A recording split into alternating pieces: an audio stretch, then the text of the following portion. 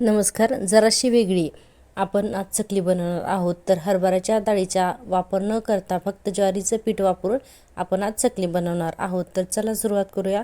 तर इथे मी एक बाउल घेते. तर एका बाउलमध्ये मी 2 कप ज्वारीचं पीठ घेते. पीठ खूपही प्रेस करून भरायचं नाही, अलगद कपामध्ये जेवढं मावेल तेवढं 2 कप सपाट असं मी ज्वारीचं पीठ घेतलं आहे. त्यासाठी घेते मी अर्धा कप तांदळाचं पीठ घेतलेलं आहे. मी तांदूळ घरीच स्वच्छ धुवून गिरणीतून दळून आणलेले होते. अर्धा कप तांदळाचं पीठ घेतलेलं आहे. ओवा हातावरती क्रश करून यामध्ये घालायचं आहे. आता याच्यामध्ये आपण काही मसाले घालूयात. तर सुरुवातीला मी घालते इथे लाल तिखट, हळद घालायची आहे, हिंग घालते मी आणि मीठ घालायचं आहे. तर या चकलीची विशेषता म्हणजे या चकलीला आपल्याला अजिबात तेलाचं मोहन वापरण्याची गरज नाही, म्हणून मी पीठ फक्त मिक्स करून घेते जेणेकरून मसाले आणि पीठ एकत्र होईल. आता ज्या कपाने आपण ज्वारीचं पीठ घेतलेलं होतं तर त्याच कपाने आपल्याला इथे 2 कप पाणी एका पातेल्यामध्ये घ्यायचं आहे आणि हे गरम करायला ठेवायचं आहे. पाणी अगदी कडकडीत गरम करून घ्यायचं आहे. तर पाणी छान गरम झालं कडकडीत की आपल्याला याचं पीठ मळून घ्यायचं आहे.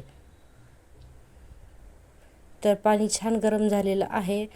तर तुम्ही पाहू शकता व्हिडिओमध्ये छान वाफा येतात पाण्यातून. आता हे पीठ खूपच गरम असणार आहे, म्हणून मी चमच्याने अगदी थोडं थोडं करून मिक्स करून घेते. एकदम पाण्याचा वापर जास्त करायचा नाही, लागेल तसं थोडं थोडं पाणी घालायचं, नाहीतर चकलीचं पीठ पातळ होईल आणि चकलीला छान काटे येणार नाहीत.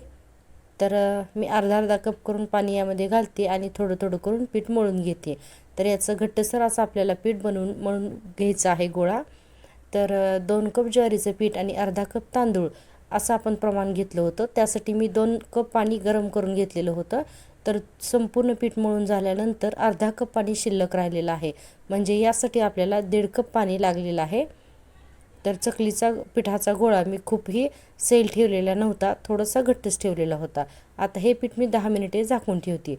तोपर्यंत चकलीच्या शेवग्याला आपण तेलाचं ग्रीसिंग करून घेऊयात.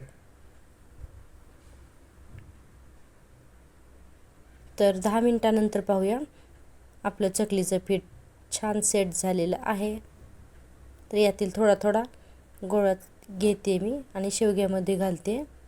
मी दाखवलेल्या व्हिडिओमध्ये सेम याच पद्धतीने जर का चकली केली तर चकली अजिबात बिघडणार नाही, त्याचबरोबर खूप छान होते. अगदी चकली तोडून पाहिली तर आतून पोकळसुद्धा होते. तर डाळीच्या पिठाला पर्याय म्हणून किंवा ज्यांना डाळीच्या पिठाची चकली नाही सहन होत तर त्यांच्यासाठी हा बेस्ट ऑप्शन आहे. तर तुम्ही एकदा नक्की घरी ट्राय करून पहा. तर इथे मी एका प्लेटवरती चकली घालून दाखवते. हे पहा, चकली ज्वारीच्या पिठाची असूनसुद्धा अजिबात तुटत नाही, कारण आपण याच्यामध्ये गरम पाण्याचा वापर केलेला आहे.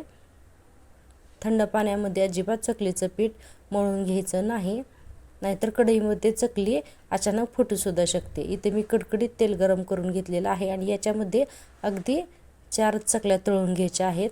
तर या चकल्यांसाठी तेल खूप गरम लागतं आणि 5 ते 10 मिनिटानंतर याला आलटून पलटून चकल्या आपल्याला दोन्ही साईडने तळून घ्यायच्या आहेत.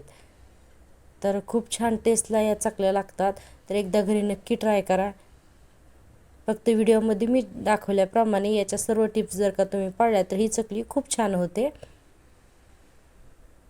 तर हे पहा, कलर छान बदललेला आहे आणि अजिबात वाटत नाही की ही चकली ज्वारीच्या पिठापासून बनवलेली आहे. तर खूपच छान काटेरी मस्त अशी ज्वारीची चकली झालेली आहे. तर याच पद्धतीने मी सगळ्या चकल्या तळून घेते. तुम्हाला जर काही रेसिपी थोडी जरी आवडली असेल तर प्लीज चॅनलला लाईक करा, शेअर करा आणि चॅनलला सबस्क्राईब करा. मी अशाच नवीन व्हिडिओ घेऊन येत जाईन. तोपर्यंत पाहत राहा रेसिपी आणि बरंच काही. थँक्यू.